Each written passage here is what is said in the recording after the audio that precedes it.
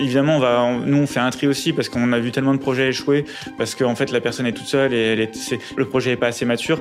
Donc, on va attendre quand même une certaine maturité. Mais par exemple, là, on a accepté pour la saison 12 2 personnes qui travaillaient depuis longtemps avec les Shifters, donc l'Observatoire des imaginaires dont je parlais tout à l'heure sur le cinéma, les images véhiculées par le cinéma. En fait, ça, c'est 2 personnes qui étaient volontaires chez les Shifters depuis un moment. Ping Bombs, l'association venait d'être créée, mais c'était déjà plusieurs personnes qui étaient très motivées et qui avaient travaillé dans d'autres ONG au préalable. Voilà, ce qu'on va regarder, c'est plutôt la maturité du projet. Est-ce que c'est vraiment quelque chose qui a été réfléchi? Mais donc, en général, ça peut être des associations de 20 personnes comme 2-3 personnes. Bonjour et bienvenue sur Data Driven 101, le podcast qui s'intéresse aux applications concrètes et variées de l'intelligence artificielle et de la data. Je suis Marc Sanselme, fondateur de Scopeo, agence d'intelligence artificielle qui accompagne toutes les entreprises à tirer le meilleur de cette technologie. Sur Data Driven 101, notre podcast, je reçois chaque semaine des professionnels d'horizons variés qui viennent nous partager leur vision, leurs convictions et leurs expériences. Aujourd'hui, je reçois Ro Nancy, responsable projet chez Data for Good. Data for Good est une association créée en 2014 dans le but de rassembler des bénévoles de la tech qui veulent faire le bien commun. Bonjour Ronan. Bonjour Marc. Alors Ronan, est-ce que tu peux nous parler un petit peu plus de Data for Good? Quel est le sens de cette association? Oui. Alors Data for Good, comme tu l'as dit, c'est une communauté entièrement de bénévoles.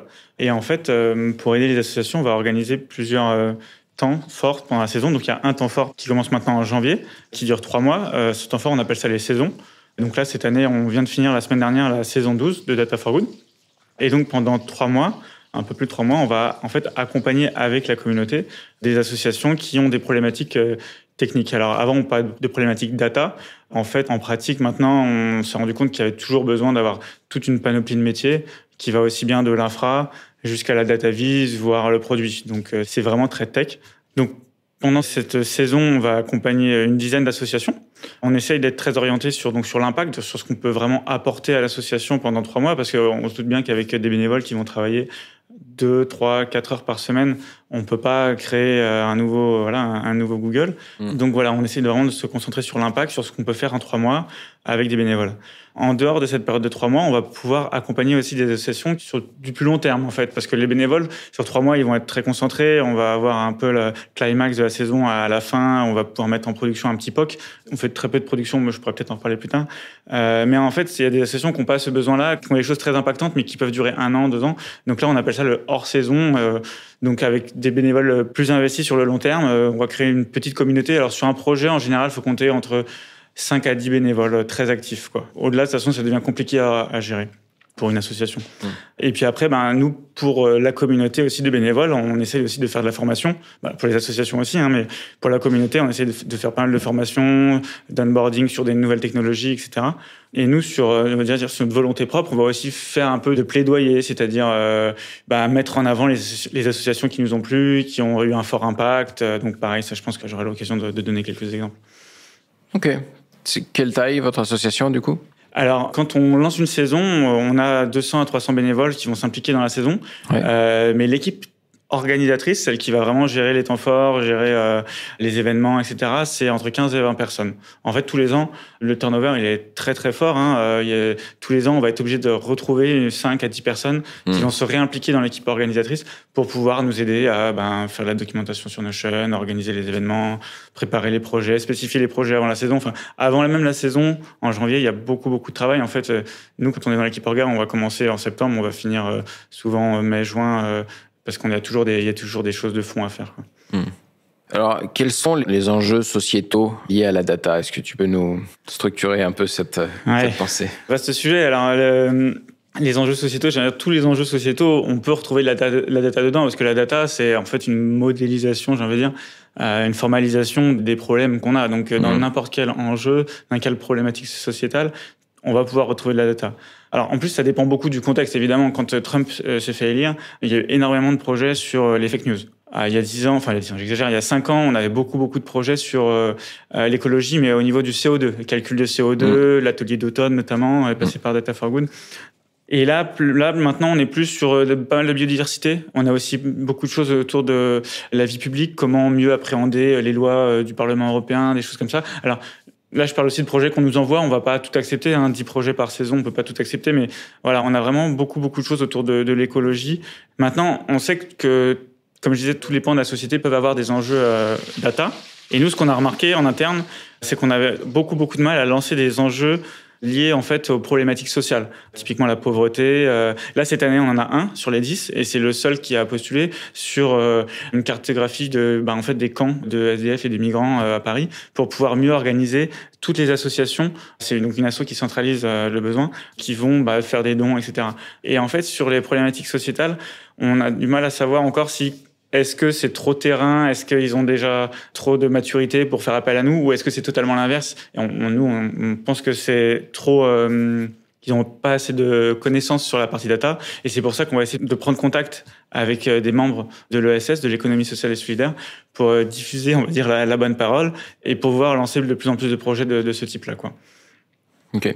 C'était quoi le besoin initial? Quel était le constat, en fait, sur le besoin?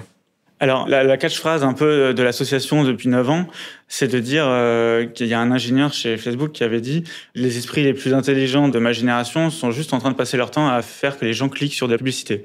Bon, ça reste qu'une seule phrase, mais on en pense ce qu'on veut, mais c'est assez symbolique. Effectivement, le fait que Facebook, Google arrivent à l'heure actuelle à employer des gens à un salaire indécent, tout ça pour rendre les gens addictifs à la technologie, c'est quelque chose qui fait que l'association s'est lancée pour dire en fait non, la tech c'est pas que ça. Nous on sait qu'il y a des gens qui ont du temps libre, qui ont acquis des connaissances dans leur travail et qui veulent faire autre chose que de la banque, que de la finance, etc. Donc voilà, on a essayé de créer cette communauté là-dessus. Et donc pour l'instant, ça marche assez bien. Comme je disais, sur une saison, on va avoir 200-300 personnes actives, mais en pratique, sur toute l'année, on a 5000 personnes sur notre forum de discussion. Donc voilà, ça marche plutôt pas mal. Alors, quels sont les exemples de données que vous pouvez avoir à traiter dans le cadre de vos accompagnements? Donc on a 3 types, je dirais, de données. Donc il y a vraiment la donnée métier. Et de toute façon, comme je dis souvent, la data, enfin nous, quand on fait des projets data, la difficulté, elle est dans la connaissance métier. Alors évidemment, nous, on a des problématiques organisationnelles, etc.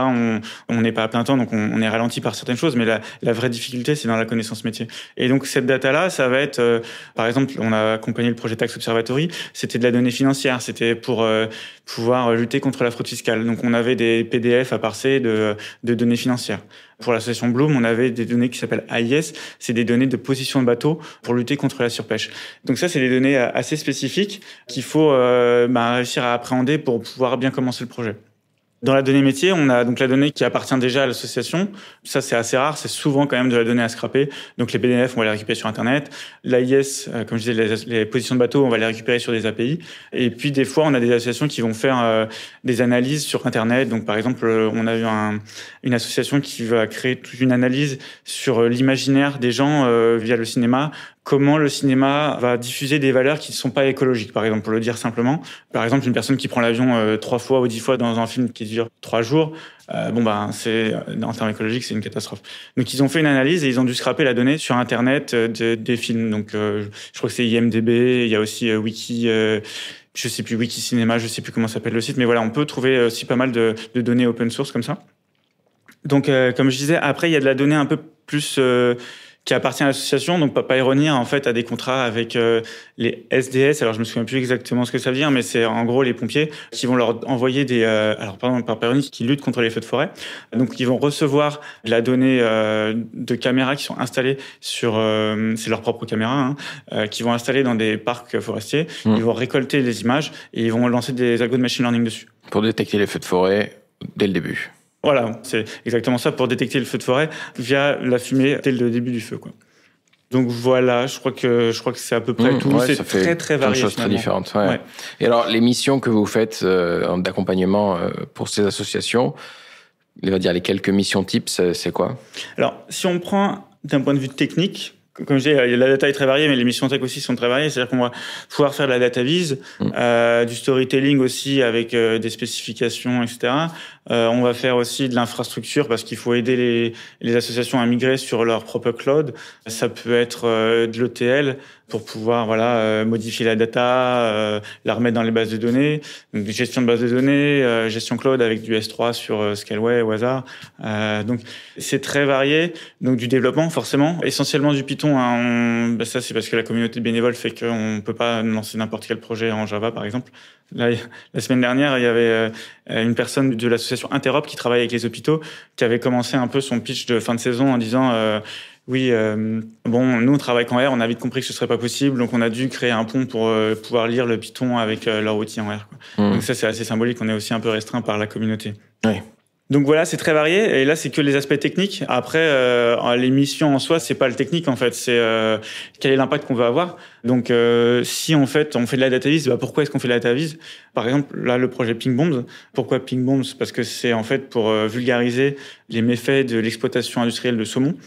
En fait, ils ont fait une super data vis, un super storytelling pour pouvoir vulgariser la problématique au grand public. Ça, c'est quelque chose qui est très intéressant. Ils ont fait un très beau projet. Mais par exemple, si on prend l'association Bloom, donc qui lutte contre la surpêche avec les fameuses données AIS, eux, leur sujet, c'est moins le grand public, ou du moins ce que j'ai pu voir passer, c'est moins le grand public. C'est plus de réussir à prouver que les bateaux sont en train de pêcher dans des aires marines protégées. Donc la finalité de la data vis n'est pas la même, c'est pas le même public. Là, Bloom, avec la donnée, ils vont pouvoir aller porter plainte contre des industriels, etc. Donc c'est pas du tout le même public. On va pas faire les choses exactement pareil. La data vis sur Bloom, elle est beaucoup moins léchée que sur Ping Bombs.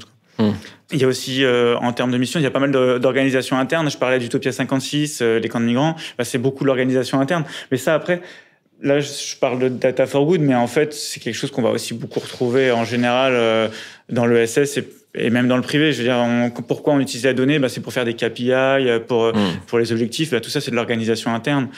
Si on fait de la communication externe, comme je disais, il y a plusieurs manières de le faire, du plaidoyer, de la vulgarisation. Et après, il y a la pure R&D. Donc là, comme Pioneer, les feux de forêt, on va faire des algos de machine learning super développés. Et en fonction de la finalité et de l'impact qu'on veut avoir, on va vraiment aborder la technique différemment, forcément. Ok. Et alors, les associations qui sont vos clients, entre guillemets, ça ressemble à quoi, généralement C'est soit des associations qui sont pas assez grosses pour avoir leur propre data scientist, ou alors un ou deux, parce que les très grosses associations, les très grosses ONG, elles font pas faire appel à nous. Alors c'est très très rare. C'est déjà arrivé, c'est très très rare. Je vais expliquer dans quel cas ça peut arriver. Donc soit des associations moyennes, soit sinon ça va être on va dire un peu des entrepreneurs sociaux, c'est-à-dire des gens qui sont pas forcément attirés par la Startup Nation, qui sont peut-être déjà impliqués dans l'ESS et qui vont porter un projet tout seuls. Ça, ces gens-là, on va les accepter parce qu'on sait qu'ils sont dans l'ESS depuis longtemps. Évidemment, nous, on fait un tri aussi parce qu'on a vu tellement de projets échouer parce qu'en fait, la personne est toute seule et le projet est pas assez mature. Donc, on va attendre quand même une certaine maturité. Mais par exemple, là, on a accepté pour la saison 12 2 personnes qui travaillaient depuis longtemps avec les Shifters, donc l'Observatoire des imaginaires dont je parlais tout à l'heure sur le cinéma, les images véhiculées par le cinéma. En fait, ça, c'est 2 personnes qui étaient volontaires chez les Shifters depuis un moment. Ping Bombs, l'association venait d'être créée, mais c'était déjà plusieurs personnes qui étaient très motivées et qui avaient travaillé dans d'autres ONG au préalable. Voilà, ce qu'on va regarder, c'est plutôt la maturité du projet. Est-ce que c'est vraiment quelque chose qui a été réfléchi ? Mais donc, en général, ça peut être des associations de 20 personnes comme 2-3 personnes, quoi. C'est assez variable. D'accord. Et alors, quels sont les principaux freins ou obstacles que vous avez sur votre route quand vous développez quelque chose ? Alors déjà, le temps. Nous, on est bénévoles. Passer, comme je disais, un peu de temps par toutes les semaines, ça suffit pas. Donc, il faut être très bien organisé. Et en même temps, on peut pas non plus tout centraliser, faire des réunions, etc. Encore une fois, pas problème de temps. Donc, il y a vraiment ce compromis à trouver entre les informations qu'on se partage et puis en même temps, il faut avancer. Donc, des fois, on va arriver des choses qu'on n'a pas vues avant parce que il y a pas le temps. Donc, on va vraiment privilégier la décentralisation pour pouvoir avancer tous ensemble. Mais ce qui fait qu'on va en fait se resynchroniser tous les mois, voire tous les 2 mois, et on peut louper des choses, mais bon, c'est pas grave, au moins ça permet vu les résultats qu'on a, on est plutôt content de ce fonctionnement en pôle. On a créé plusieurs pôles, pôle formation, pôle partenariat, pôle financement maintenant, puisque donc, comme je disais, le temps nous manque et on espère pouvoir choper des financements d'ici 1 an pour recruter quelqu'un d'ici 2025. Donc le temps et l'organisation, c'est vraiment un des gros problèmes qu'on a. Et puis après, niveau technique, je parlais de technologies qui sont un peu obligatoires parce que notre communauté, ça reste quand même beaucoup de data scientists qui vont coder en Python. Mais en même temps, on peut pas se passer des good practices de développement. On va pas dire sous prétexte que notre communauté fait ci ou fait ça. On peut pas dire non, vous allez pas on oublie les tests, on oublie. Alors évidemment, je dis pas qu'on met plein de tests non plus parce qu'on est en 3 mois, on a des POC à faire, mais ce à quoi je pense très concrètement, c'est Docker. Docker, la communauté a beaucoup de mal à utiliser Docker. Alors, je dis la communauté en général, il y a plein de gens qui sont très très bons en Docker, mais on a vu quand même que c'est un outil qu'on avait du mal à faire accepter dans les projets. Et en même temps, l'année dernière, on avait dit qu'on n'en ferait pas, et en fait, ça a été très douloureux après pour récupérer les projets, pour pouvoir les remettre en production. Donc Docker, par exemple, on essaye vraiment de l'imposer parce qu'on considère que c'est vraiment une good practice de développement qui est basique pour un POC, qui derrière, on ne sait pas où ça va aller. Est-ce que ça va aller dans le cloud? Est-ce que ça va être sur des serveurs on-premise, etc. Donc, cette acceptabilité des good practices, c'est vraiment quelque chose de difficile. Et c'est aussi pour ça qu'on a un pôle formation. Voilà, on essaye d'homogénéiser au maximum les good practices entre les projets. Et en même temps, c'est des projets qui sont très différents. Par exemple, sur le projet L'Observatoire des Imaginaires, ils sont partis sur une solution no-code. Alors, ils ont eu un très bon résultat, c'est très bien. Le no-code, on voulait pousser parce qu'on pense qu'il y a, justement, comme on n'a pas beaucoup de temps, on pense qu'il y a de l'avenir dans le no-code. Mais du coup, c'est des techniques complètement différentes que ce que nous, on a fait sur les autres projets, quoi. Donc, voilà, le côté homogénéisation, c'est un sacré problème. Et puis, sans parler de problème, aussi, un des trucs un peu douloureux, c'est forcément la mise en production, parce que quand on a passé déjà 3 mois à faire un POC, c'est sympa. Le POC, on le crée from scratch. C'est le côté un peu, j'ai envie de dire, fun du boulot. Et puis en fin de saison, quand on doit se taper les mises en production, que les bénévoles sont souvent plus là parce que c'est la fin de la saison, etc. Alors j'exagère un peu, les bénévoles vont toujours un peu rester, mais souvent c'est pas des gens qui sont très infra. Donc voilà, il y a vraiment la partie infrastructure, comment gérer des serveurs, comment gérer du monitoring, etc. Ça, c'est des choses qui sont encore très douloureuses à l'heure actuelle, quoi. D'accord. Alors est-ce qu'on peut rentrer dans le détail de quelques projets que vous avez pu faire? Pour parler du plus connu pour notre communauté, je ne sais pas si tout le monde en aura entendu parler, mais il y a les Carbon Bombs qui sont sortis en octobre, donc 2023, octobre-novembre. Et en fait, on a fait une page sur lemonde.fr et ça a été repris par beaucoup de médias. En fait, le terme Carbon Bombs a été repris. Alors, le terme Carbon Bombs vient pas de nous. Je vais contextualiser un peu. Les Carbon Bombs, c'est un article scientifique qui est sorti, alors je sais plus quand, il y a 1 an ou 2, qui explique dans cet article que Total et plein d'autres d'ailleurs entités, aussi bien des banques, des entreprises pétrolières, vont participer à des projets qui sont en fait des bombes climatiques. C'est-à-dire que la quantité de CO2 émise par le pétrole ou le gaz qui va être extrait de ces mines, de ces projets, contient à eux seuls tellement de CO2 qu'en fait on explose les accords de Paris, quoi. Et chacun de ces projets, on considère que c'est une bombe climatique parce que chacun de ces projets peut faire exploser l'accord de Paris. Et donc cet article, on l'a repris. Alors c'est une collaboration entre une association qui s'appelle Eclairci et Data for Good. Et donc, on l'a repris pour faire une super data vise, un peu comme Ping Bomb. Je disais, là, le but, c'est vraiment de faire quelque chose de vulgarisé pour le grand public, pour alerter le grand public sur une problématique.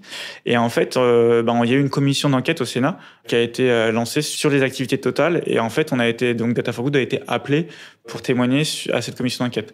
Donc ça, c'est quelque chose qui a été très fort pour nous parce que les projets qui vont vraiment avoir de l'impact, comme je disais, c'est ce qui nous fait vivre aussi. Donc, on a été vraiment très heureux de ce résultat-là.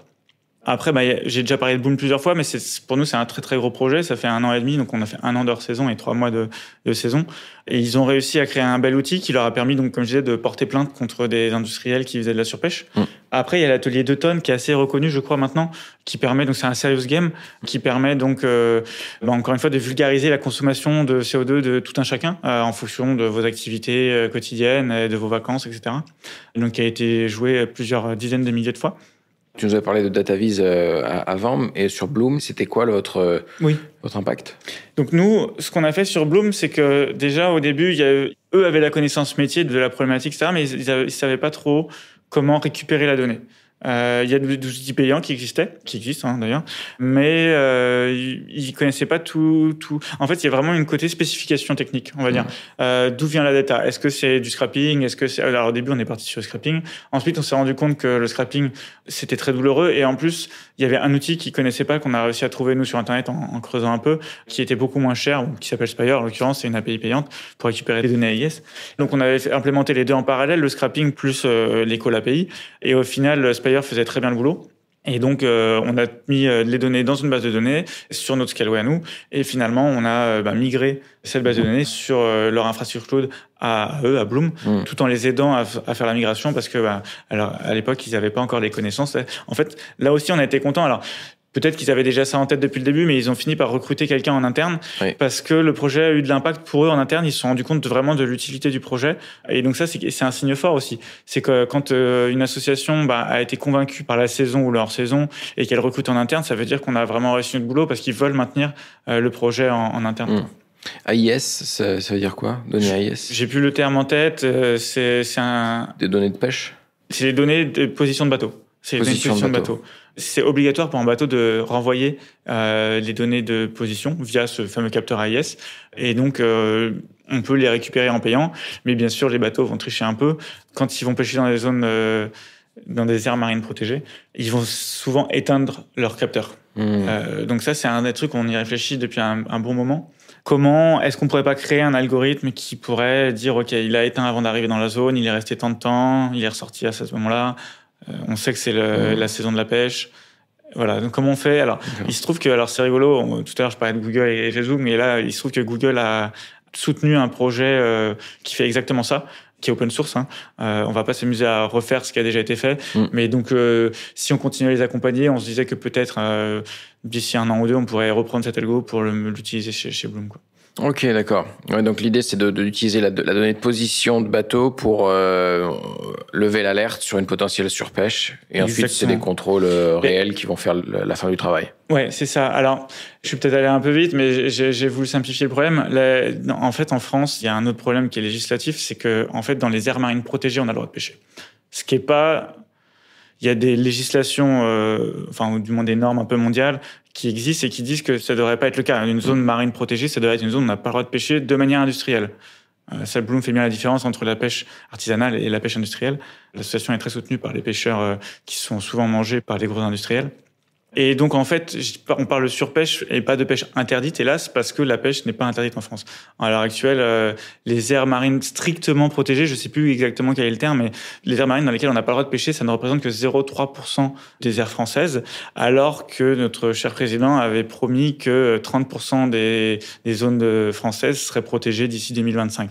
Donc elles sont protégées de quoi? On ne sait pas trop, mais elles sont protégées. Et donc voilà, c'est aussi ça qu'essaie de mettre en avant Bloom. Oui, porter plainte contre la pêche illégale quand il y en a, c'est bien, mais en fait, juste faire une législation adaptée, c'est mieux, quoi. Alors, qu'est-ce que vous devez beaucoup répéter chez Data for Good à des interlocuteurs non techniques en termes d'évangélisation, par exemple? Comme je disais tout à l'heure, souvent la solution, elle n'est pas dans la technique. Elle est dans le métier. C'est les associations qui apportent des solutions et nous, on va juste essayer de mettre sur le papier, sur le code, les idées qu'eux, ils ont. Tous les ans, on a des personnes qui viennent en nous disant « Oui, mais grâce à cette application, moi, je vais créer une communauté qui va faire ça. » En fait, non, ça marche pas du tout comme ça. Créer ta communauté sur WhatsApp s'il faut. Quand tu as plus de 30 personnes motivées pour faire ce que tu as envie de faire, ça veut dire que tu as un filon. Enfin, j'ai envie de dire, c'est presque comme quand tu crées une startup. C'est d'abord, tu vérifies ton POC, ton proof of concept, avant d'investir dans de la technique, dans une technique qui est un peu bien foutue, quoi. Là, non. Nous, on résout pas des problèmes, on aide à résoudre des problèmes. Et donc, du coup, tous les ans, entre septembre et décembre, quand on a les associations qui postulent, on se retrouve un peu toujours à dire, en fait, non, nous, on n'est pas là pour créer des applications en 3 mois, alors que vous n'avez pas encore, vous, utiliser concrètement ce type d'idée sur le terrain, quoi. Donc voilà. Et je pense que pour le machine learning, le machine learning, c'est encore plus vrai. C'est-à-dire que là, depuis 1 an, on entend, peut-être 2 ans, mais on entend beaucoup plus parler de machine learning. Quand on a des calculs de CO2, c'est sur le machine learning. Quand on a un projet qui veut détecter quelque chose, c'est avec du machine learning. Voilà, c'est un peu le buzzword en ce moment. Nous-mêmes, d'ailleurs, on a auto-porté un projet qui s'appelle le livre blanc de l'IA. On est assez fiers. C'est un projet qu'on a apporté sur la saison 11, donc l'année dernière. Et en fait, il y a eu un certain retentissement dans la communauté française. Alors peut-être parce qu'il y a moins de références en français qu'en anglais, mais il a été pas mal cité et on était assez contents. Et nous, dans ce livre-là, dans ce livre blanc, on se positionne en disant, il faut être lucide. C'est-à-dire qu'il y a des défauts, on ne peut pas utiliser l'IA pour tout, on ne va pas demander à une association de faire, alors il y en a qui y arrivent, mais de faire du data mining, de faire tourner leurs propres algos, etc. S'il y a des API payantes, faites un test avec une API payante, essayez de faire fonctionner quelque chose en payant 100 € par mois. Si vous y arrivez, en fonction des résultats, vous improvisez. Soit vous avez réussi à faire quelque chose d'extraordinaire et effectivement, ça vaut le coup de pousser. Soit ça marche bof, et voilà, peut-être qu'il faut se demander qu'est-ce qui fonctionne pas. Mais pour l'instant, il faut d'abord se rendre compte de qu'est-ce qu'on veut vraiment faire avec l'IA, avec la data, quoi. Peut-être juste pour parler un peu du livre blanc de l'IA en 5 secondes, on a créé un jeu de cartes co-créé avec l'association Latitude, un jeu de cartes qui est basé donc sur ce livre blanc, et donc ça s'appelle La bataille de l'IA. Ouais. Et en fait c'est pareil, enfin je dis pareil parce qu'on a beaucoup parlé de serious game là depuis tout à l'heure, mais La bataille de l'IA c'est une sorte de serious game qui va se faire en 2 heures, en 3 parties, et qui va en fait vulgariser les différentes problématiques de l'IA à l'heure actuelle. Donc c'est très récent puisque on parle de ChatGPT, etc. Et finalement, et donc tu parlais un peu d'enjeu, là c'était une de tes premières questions, l'enjeu de la data. Bah forcément, quand on parle d'enjeu de la data, on parle aussi de l'enjeu de l'IA derrière. Et notamment pour l'IA, on va beaucoup entendre parler de biais. Donc là, voilà, les biais, les problématiques sociétales avec le remplacement par exemple, c'est un exemple très connu, mais le remplacement de la force humaine par éventuellement des machines. Donc ça, c'est des sujets qui sont abordés. Mais on va aussi aborder des sujets un petit peu plus poussés. Donc voilà, je laisserai découvrir. Pour ceux qui veulent, n'hésitez pas à contacter Latitude. Vous pouvez le faire jouer en entreprise par des personnes de Latitude. Donc voilà, si c'est des sujets qui intéressent. D'accord, c'est un jeu de cartes, ça se joue à combien ? Autant que vous voulez. C'est juste qu'on va faire les choses un peu différemment, mais disons qu'une vingtaine de personnes, c'est bien. Après, plus, si vous êtes 40, peut-être qu'il faut mieux faire 2 tables, mais voilà. D'accord, ok, c'est vraiment un truc de grand groupe. Oui. Alors moi, je l'ai fait une fois en tant qu'animateur, et on était 8, voilà. Ça peut se faire à 8, 6 s'il faut. Hein. Okay. Voilà. Alors, quelles erreurs tu peux nous partager sur la route d'un développement, sur la route de l'assistance à des associations qui forcément ne sont pas techniques à la base ? Alors, on va rester un peu sur la technique, parce que c'est vrai que je pourrais parler d'organisation pendant 2 heures, mais sur la technique, déjà, ça sert à rien d'essayer d'optimiser à l'avance. J'ai un collègue avant qui me disait « Premature optimization is the root of evil ». Donc, si on s'amuse à tout optimiser dès le début, on est sûr qu'on va se planter, hein, grosso modo. Et nous, on l'a fait. On l'a fait, en fait, il y a 2 ans, on a créé le pôle tech. C'était le début de l'organisation en pôle. On a créé le pôle tech. Et un des premiers trucs qu'on a fait, en fait, c'était des personnes nouvelles dans Data for Good. Moi, personnellement, j'avais fait qu'une saison avant de rentrer dans le pôle tech. Et on avait finalement assez peu d'expérience des saisons à part entière. C'est peut-être aussi un des défauts de ce côté un peu très décentralisé. Ce qu'on a fait, c'est qu'on a mis un super outil Kubernetes dans le cloud en disant, voilà, les gens n'auront plus qu'à lancer des... je sais plus comment s'appelle ce script... ces scripts sur Kubernetes, mais en gros, les gens qui savent utiliser les scripts Kubernetes pourront lancer leurs outils sur Kubernetes, ce sera magique, ils seront indépendants, etc. Bon, ça n'a évidemment aucun sens. Alors, c'est toujours plus facile à dire a posteriori, mais quand on voit qu'on avait du mal sur beaucoup d'associations à juste lancer un serveur et à se connecter en SSH dessus parce que les gens sont en Windows, etc. Bon, Kubernetes en mode autonome, ça n'avait vraiment aucun sens. Mais voilà, donc on a bien appris sur le tas. Les associations, en fait, nous, on va les chercher. On va vraiment les chercher parce que la plupart des gens qui postulent, soit sont pas conscients de ce qu'ils veulent faire, soit ça correspond pas vraiment au mode data for good. C'est-à-dire que sinon, on n'est pas là juste pour faire une petite application ou pour faire un site web. Nous, il faut qu'il y ait de la data, il faut qu'il y ait un impact, etc. Donc, il y a quand même beaucoup d'associations qui nous contactent et ça matche pas, quoi. Donc, nous, on va beaucoup les chercher pour mieux cibler, quoi.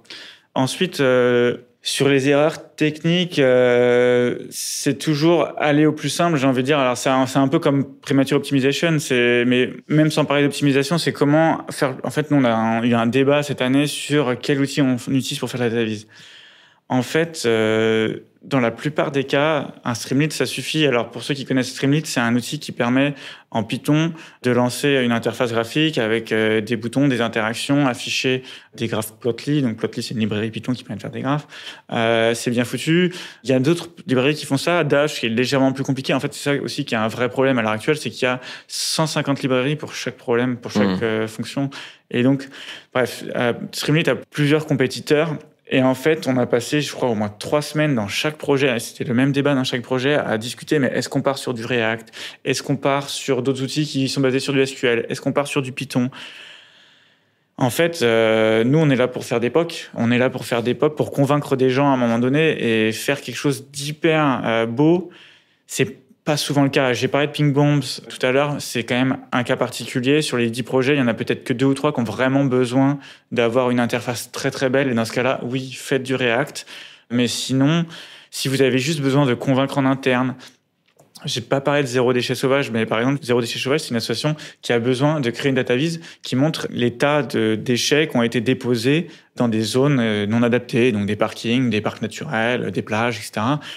Et donc, c'est des bénévoles qui vont envoyer via un formulaire la position des déchets, la quantité, le type de déchets. Et en fait, le but de l'association, c'est d'aider les collectivités à visualiser et à comprendre le problème sur une région donnée. Bon, effectivement, là, on est dans une relation presque association-client, mais en même temps, c'est quelque chose de très technique. On n'est pas vraiment dans une relation financière. On n'a pas besoin il n'y a pas une concurrence énorme sur ce marché-là, j'ai envie de dire. On n'a pas besoin de partir sur du React et Streamlit, ça fait très bien l'affaire. Et en fait, typiquement, les personnes qui étaient en charge du projet se rendaient pas compte de ça. Donc, quand ils étaient en train de débattre sur les outils, ils se disaient pas, OK, Streamlit, en fait, il a fallu qu'on leur montre un exemple de ce qu'on pouvait faire avec Streamlit. Ils ont dit, ah bah oui, Streamlit, en fait, ça marche très bien. Et c'est juste que, comme souvent, les chargés de projet bénévoles sont pas toujours hyper tech et en plus, n'ont pas forcément cette expérience d'accompagnement. Ouais. Voilà, ils vont passer à côté de ça. Donc, une des solutions qu'on espère mettre en place pour l'année prochaine, c'est en fait forcer, encore une fois, c'est de dire, tout le monde part sur Streamlit par défaut.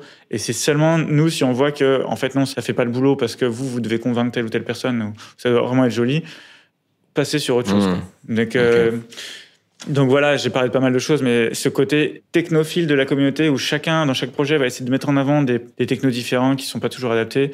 Et en même temps, ils sont bénévoles. Les gens ont envie d'essayer des nouvelles choses. Et moi, le premier... Et puis, ils savent se servir de certains outils et pas d'autres. Donc, c'est vrai qu'ils vont toujours utiliser les outils qu'ils connaissent. Là-dessus, pour le coup, comme c'est une association bénévole, quelqu'un qui sait utiliser son outil, et même nous, si on le connaît pas, s'il nous dit que ça a fait le taf, on va lui faire confiance. Mais c'est vraiment ce côté hyper curieux, et c'est très bien de la communauté de dire, moi, je veux absolument essayer Observable, qui est donc un framework Python qui est sorti il y a pas longtemps, parce que c'est tout nouveau. Ouais. Ça, on va essayer maintenant de le réfréner un peu, parce que nous, on l'a fait aussi. D'ailleurs, c'est pour ça presque qu'on a essayé Kubernetes l'année dernière, et on s'est bien rendu compte que non, ça peut poser problème. Il faut faire confiance aux outils qui sont matures aussi. Et donc, on n'est pas juste là pour servir de toy set, quoi. Alors ça s'est très bien passé la saison. Ils ont fait un très beau taf sur Observable. Il y en a qui ont fait du Dash, ça s'est très bien passé aussi. Mais est-ce que en gagnant les 2 petites semaines de discussion, est-ce qu'on n'aurait pas pu faire encore mieux ? C'est ce qu'on espère. Et à l'inverse, l'année dernière, il y a eu un échec cette année parce qu'on a lancé 11 projets, il y en a que 10 qui ont abouti. L'année dernière, il y a eu 2 échecs. Est-ce que c'est aussi à cause de problématiques comme ça ? Il faut qu'on réduise au maximum ce genre de friction pour que tous les projets arrivent à fin, quoi. Ok. Alors, quel conseil tu donnerais à une association sur la gestion de sa data en interne et sur l'adoption d'outils IA ? C'est un peu comme les conseils dont on parlait tout à l'heure sur le fait que c'est pas la data qui fait tout. Il faut déjà utiliser des outils. Faut pas se dire qu'en recrutant quelqu'un, on va faire sauter les. Déjà recruter quelqu'un, c'est bien pour avoir quelqu'un à plein temps. Cette personne-là peut pas se permettre de tout faire toute seule. Il faut mieux utiliser des outils payants. En fait, nous, on va souvent dire ça, c'est que si vous avez pas de temps, il faut quand même dépenser un peu d'argent, quoi. Si vous n'avez pas 3-4 ingés pour faire tout ça, il faut utiliser des API payantes, comme je disais, pour le machine learning. Il faut utiliser le cloud au lieu de faire de tout en on-premise. Voilà, donc ça, c'est un autre problème. Si vous n'avez pas de temps, pas d'argent, là, donc nous, on peut aider Data for Good pendant 3 mois. Il y a eu des associations qui ont réussi à avoir des financements, en fait, grâce à notre travail. Je pense à Quota Climat, qui était en hors-saison l'année dernière. Donc, Quota Climat, qui est un média qui va en fait scraper de la donnée sur Internet sur ce que sortent les autres médias grand public pour pouvoir dire, OK, les taux de sujets écologiques, par exemple, c'est 1% à l'heure actuelle sur... Je dis un chiffre au hasard, j'ai plus les chiffres en tête, mais bon, Quota Climat, on parle souvent sur LinkedIn, donc je vous invite à regarder si ça vous intéresse. Mais ils vont faire des statistiques comme ça grâce à du scrapping. Et ils ont, grâce à ce projet, ils ont réussi à avoir un financement de l'ADEME. Donc, c'est là où nous, on a notre rôle à jouer. C'est-à-dire que si vous n'avez pas de temps, pas d'argent, on peut vous aider pendant 3 à 6 mois. Je dis 3 à 6 mois parce que les saisons, ça dure toujours un peu plus longtemps que 3 mois, mais après, un peu en off. On peut vous aider, mais après, il faut réussir à vous débrouiller tout seul. Soit vous êtes convaincu que le POC est utile, comme je disais tout à l'heure, et vous arrivez à financer en interne, soit vous demandez des financements grâce au projet. Soit après, il y a d'autres sujets. C'est que dans la communauté Tech for Good, il y a pas mal de choses. Donc, il y a Latitude, il y a Shareit, il y a Make Sense, qui sont des incubateurs qui vont souvent prendre des projets un peu plus matures que nous. Nous, typiquement, je crois que chez Shareit, il faut avoir 2 employés à temps plein, alors que nous, on n'a pas cette contrainte-là. Et donc, si le POC a bien réussi chez Data for Good, pourquoi pas, c'est déjà arrivé, on envoie vers ces acteurs-là. Il y a aussi un acteur public qui s'appelle l'AIC, Accélérateur d'Initiatives Citoyennes, qui a repris, par exemple, le projet, qui a aidé l'association Pioneer dont je parlais tout à l'heure. Donc voilà, en fait, il y a un moment, il faut de toute façon jongler avec ces contraintes. Faut être pragmatique. Si vous passez d'un acteur à l'autre, c'est aussi un cheminement logique jusqu'à ce que le projet soit assez mature pour que vous soyez autonome, quoi. Ok. Est-ce que tu as un invité à nous suggérer pour Data Driven 101, quelqu'un que tu aimerais entendre dans un prochain épisode? Alors, une personne en particulier, pas spécialement, mais tout à l'heure, quand je parlais des enjeux sociétaux et du fait qu'on avait beaucoup de mal à l'heure actuelle à contacter des associations qui sont vraiment des associations de terrain, qui luttent sur des enjeux sociétaux, et ben si demain, il y avait une personne qui serait vraiment impliqué dans l'ESS au niveau local, dans les associations de quartier, etc., ou sur la pauvreté, et qui lançait un appel à l'aide sur ces enjeux data, je serais très heureux de l'écouter parce que nous, voilà, on a vraiment toujours du mal à trouver les bons projets qu'on peut aider, qui soient bien à notre échelle, etc. Et donc, forcément, une personne qui serait dans l'ESS et qui aurait des besoins data, moi, ça m'arrange. Donc, si jamais tu trouves, ce sera avec plaisir. Ça marche, le message est passé. Merci Ronan. Merci Marc. Vous venez d'entendre Ronan Cyr, responsable projet chez Data for Good. Si vous avez aimé et que vous voulez nous soutenir, n'hésitez pas à vous abonner, à liker et à partager. Dans le prochain épisode, je recevrai Pierre-Carl Langlais, CTO et co-founder chez Playas, pour nous parler de fine-tuner des modèles de LLM. À très vite.